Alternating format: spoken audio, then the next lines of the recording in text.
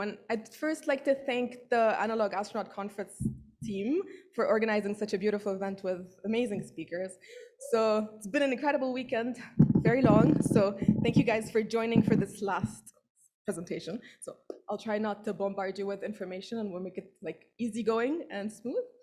So yeah, I'll start by, this is the most amount of words that you're gonna see in my entire presentation. So I'm just gonna skim through this. I'm just gonna tell you a little bit about myself without boring you. And then a bit about the analog mission that I went on in February of 2021.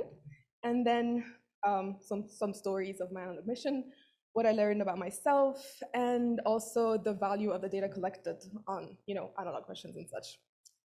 And then we'll go talk a little bit about deep space exploration.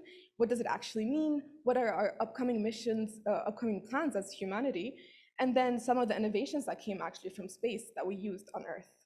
And then finally, some of the main takeaways that space research is cool, it's important, but we need to make it more accessible. And then I'll tell you about some of the projects that I'm involved in afterwards. So first of all, as other than the fact that I ask myself this question on a daily basis, I'm sure you're wondering, who am I? So I started my journey as a mechanical engineer at the American University in Cairo, and focused my studies on mechatronics and computational fluid dynamics. I then went to Milan, Italy, to do my master's in biomedical engineering, and my thesis focused on using AI and robotic surgery and to predict surgical steps for a robotic partial nephrectomy, which is removing the tumor from the kidney. And then I found a really cool opportunity in Berlin to do research, stem cell research for neurodegenerative diseases, which is not really related to space. But then I discovered that working in a biology lab did not really use my skills as an engineer and did not really challenge me the way that I want to be challenged. So I now work in a tech startup in Berlin, again, not related to space, but I'll let you know about the other projects that I'm doing at the end of the presentation. But then just recently, I got accepted to do my PhD in aerospace starting next August. So I'm really excited about that.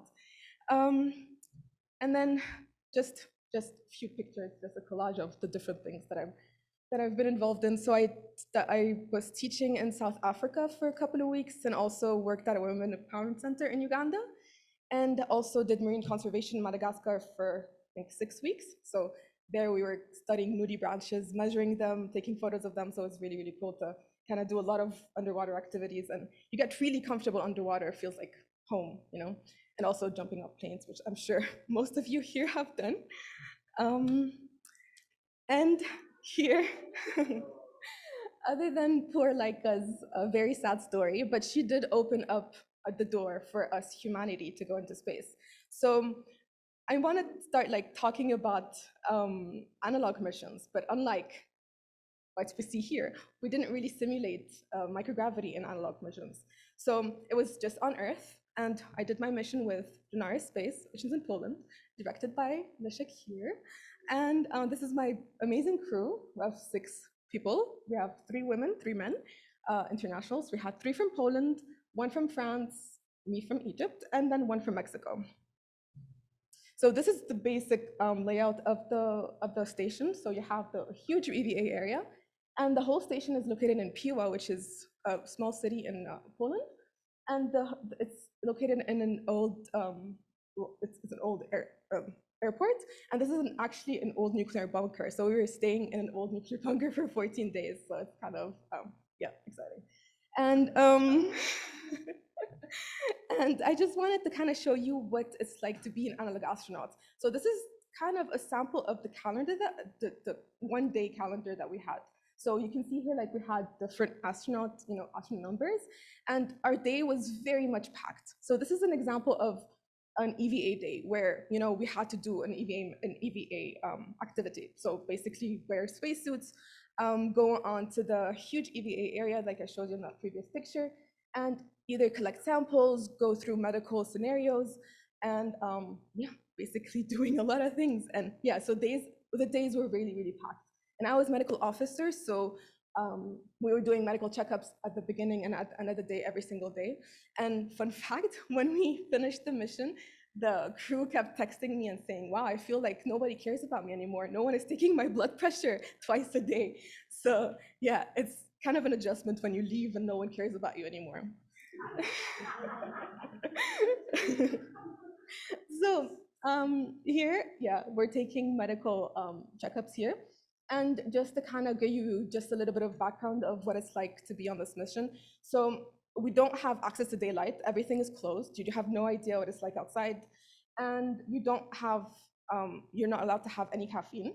You're only allowed to drink, you can drink like teas without caffeine, but no coffee. And also you're only allowed to eat freeze-dried food, which is not as bad as it sounds. It's just that, yeah, like at the beginning, you're testing out, you're trying out the different foods, then it gets more and more boring once you try out all the flavors, and then you're like, oh, okay, so this is, again, the same thing. But, so this is just a really funny photo here of this bottle. So because we needed to track how much water we were drinking, and one of the crewmates, because he forgot to tell me how much he drank that day, because we had to like keep track of everything, he literally wrote on his bottle to tell Sara that he had 750 milliliters apart from this bottle that he drank. And we also did some yoga every morning, which was really, really a nice way to wake up. And we did a neurofeedback research with Ben. I think he's here somewhere, he's in the conference. He could tell you more about this research later on. And also we have Ola here, and Ola and Alicia were involved in plant research using gray water, so from the e-class that we had in the habitat. And also Alicia here printing some 3D tools that we use on our EVAs that I'm gonna show you in the next slide. So this is what it was like to do an EVA. So you had to put on a spacesuit that was, as you can see here, Eduardo was really struggling to put on the helmet. It's not easy to put it on. And his head was big.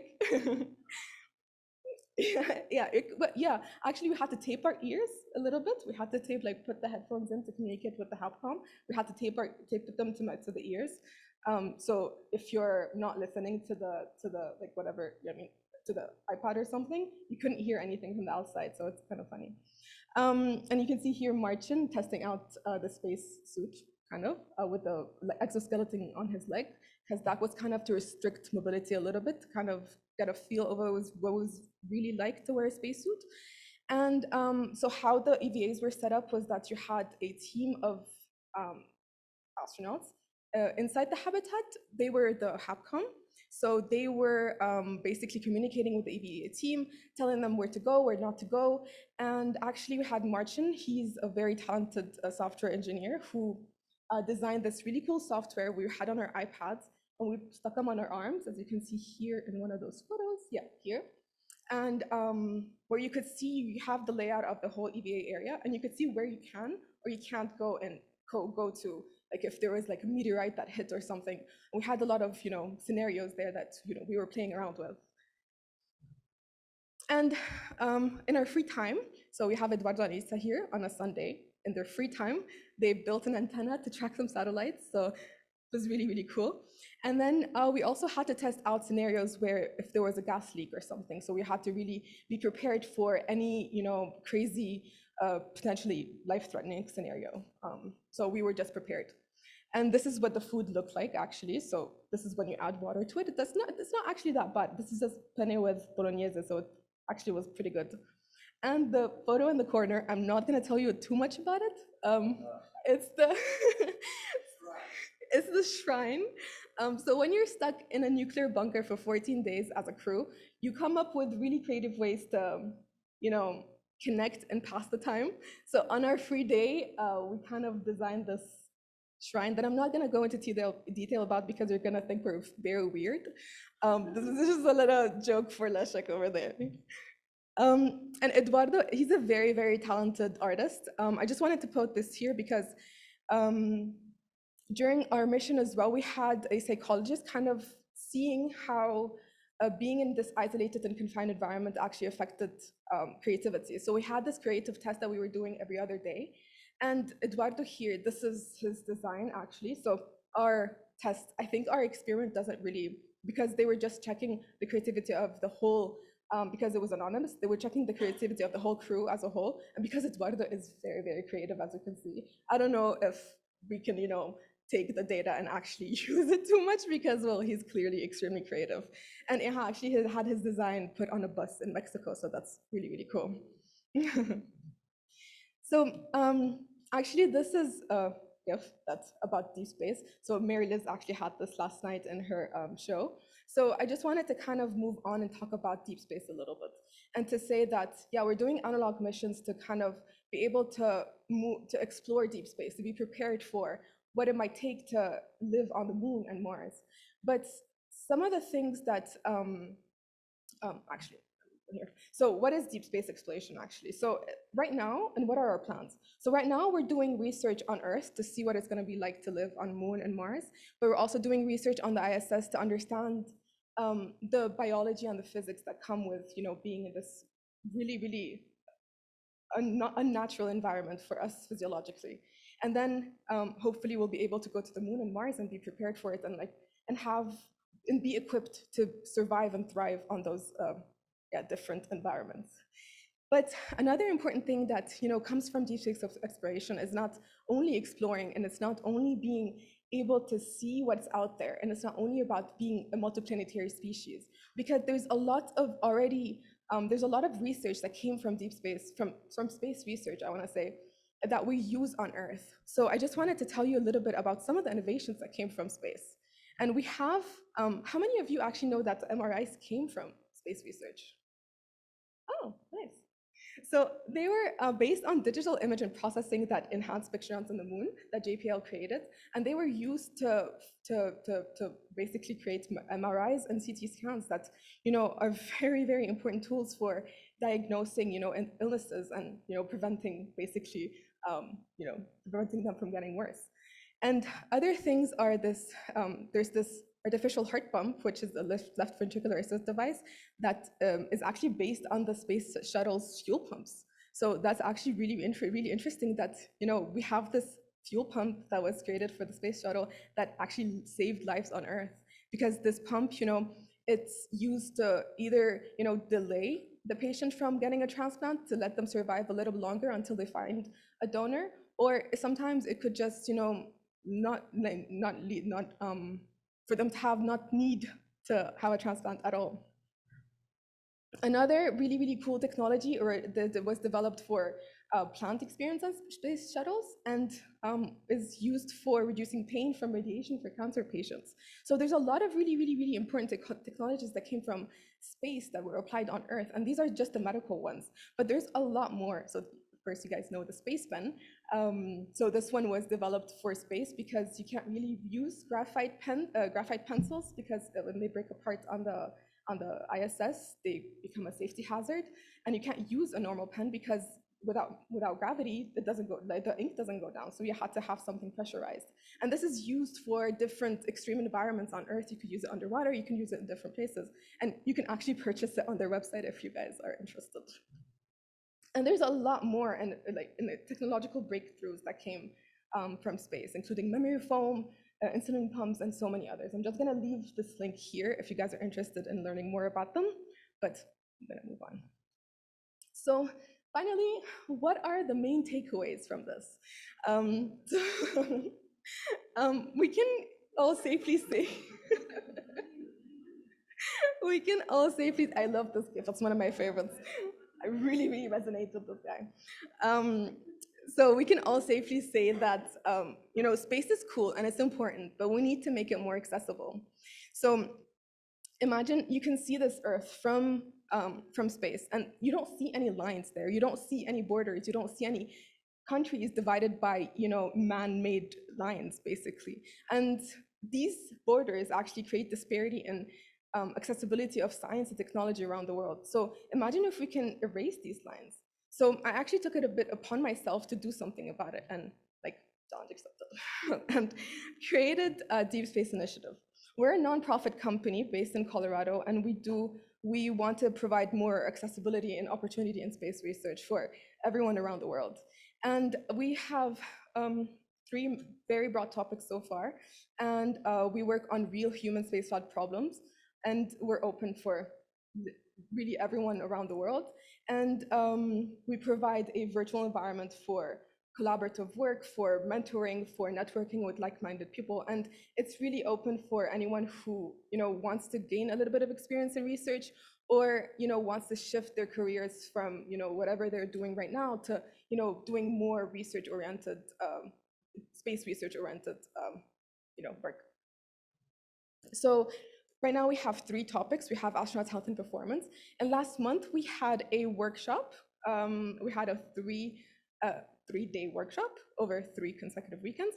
And we had really an amazing group of panelists here. And this, Jennifer Fogarty is actually our CTO. She's the chief scientist at Trish, at Baylor College of Medicine. And she was also the chief of the human spaceflight program at NASA for 14 years. So she's very experienced. And we had Serena On and Chancellor on this panel, which is really great to listen to her speak personally, and her and Jennifer to share their stories on a very personal level. So it was really nice to have them on. And we have a topic about space transportation systems. And if you want to learn more, everything is on our website. So I'll share at the very end. So if you guys want to learn more about those topics. So here we also have George Salazar. He's also an advisor for Deep Space Initiative. And we had people from industry, from Atomo Space, from Viaspace, from ExoTrail. So we had really an incredible group of people talk about their experience, about what it's like to do, to work in this field.